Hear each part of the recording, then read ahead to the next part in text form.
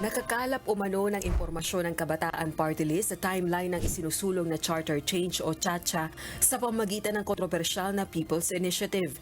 December 15, 2023 pa nang umpisahan na umano ang plano para sa petisyon. Sa pahayag ng grupo, planong matapos ang plebisito sa July 8, 2024.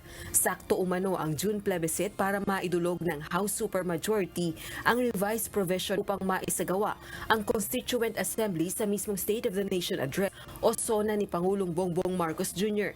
kung saan nasang joint session ang Senate at House of Representatives.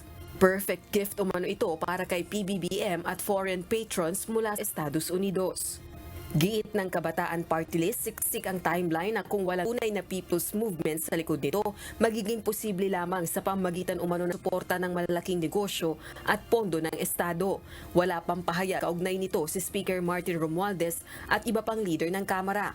Kwestiyon naman ng ibang mambabatas ang isinusulong na People's Initiative na naging inisyatibo na umano ng Kongreso dahil sa paraan ng pangalap ng pirma.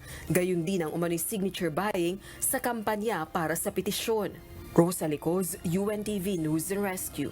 Diyos ang aming sandigan, serbisyo publiko ang aming pinahahalagahan.